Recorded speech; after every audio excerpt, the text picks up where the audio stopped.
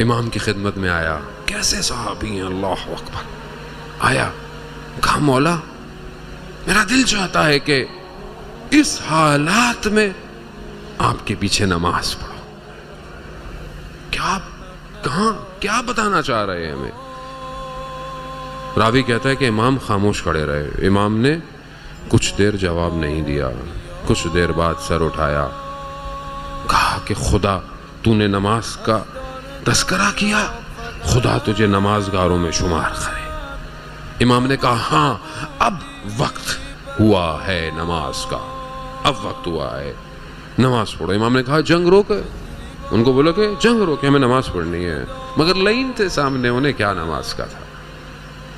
حبیب آئے امام کے پاس، مولا آپ نماز پڑھیں، کچھ لوگ آپ کی حفاظت کریں گے، نمازیوں کی حفاظت، کچھ لوگ نماز پڑھ لیں، کچھ لوگ لڑیں گے، بچ گئے تو باقی نماز پڑھائیں گے، دوسرے لوگ۔ اب یہ زہرا کا لال بھوکا پیاسا ہے، کربلا کے دشت کی گرمی ہے، اب یہاں پر امام نے تکبیرۃ الاحرام، اللہ اکبر، کیا نماز ہے کربلا کی،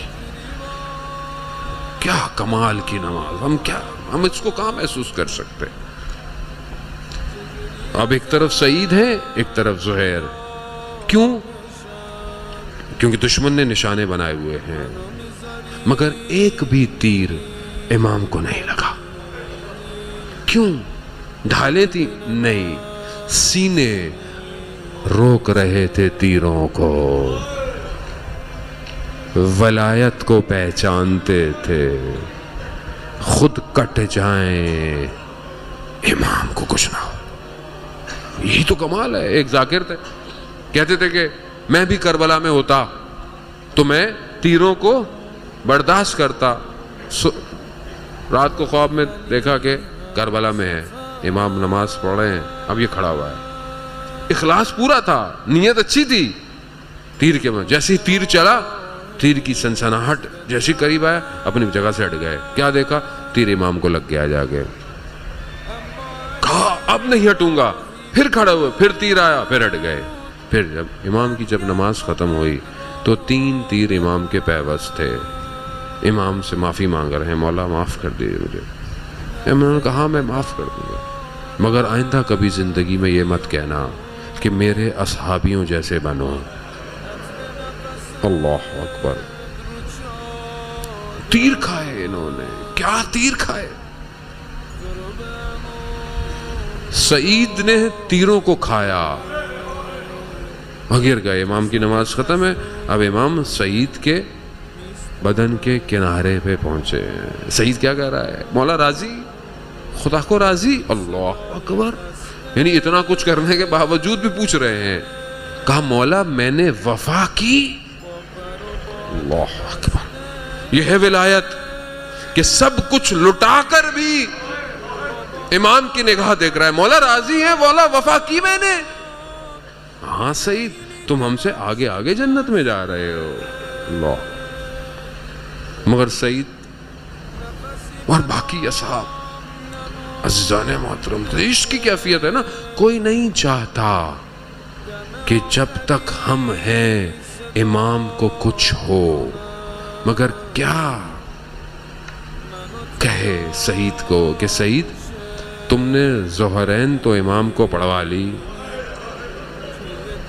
اب عصر کے وقت میں ہزاروں تیروں کی بوچھار میں وہ زہرا کا لال اکیلا کھڑا ہوگا، کوئی ڈھال نہیں ہوگی، کوئی کچھ نہیں ہوگا۔ ہاں یہاں پر ایک شاعر یہ کہتا ہے، عزیزان محترم، مصاحب تو ابھی بڑے آگے کے ہیں اور آپ سنیں گے، لیکن ایک شاعر نے بڑی ایک عجیب سی کیفیت کو بیان کیا ہے، بس آپ کی خدمت میں اور التماس سے دعا۔ اب جب یہ حالتیں ہو رہی ہیں اور ہو چکی ہوں گی، شاعر کیا کہتا ہے کہ ایک خاتون کے لیے کہتا ہے، خاتون کی طرف سے کہتا ہے، ایک بہن کی طرف سے کہتا ہے، اس عالم میں بس آپ محسوس کیجئے گا۔ وہ کہتا ہے کہ خیموں سے قتل گودیے گاہ کی طرف دوڑتی رہی، خیموں سے قتل گودیے گاہ کی طرف دوڑتی رہی، مگر جب پہنچی تو دیر ہو چکی تھی، مگر جب پہنچی تو دیر ہو چکی تھی۔ امام حسین کے سر پہ دعویٰ تھا، لڑ رہے تھے، مگر جب پہنچی تو دیر ہو چکی تھی۔ دور سے دیکھا کوئی ماں دشت میں کھڑی ہے، بے ہوش ہو گئی،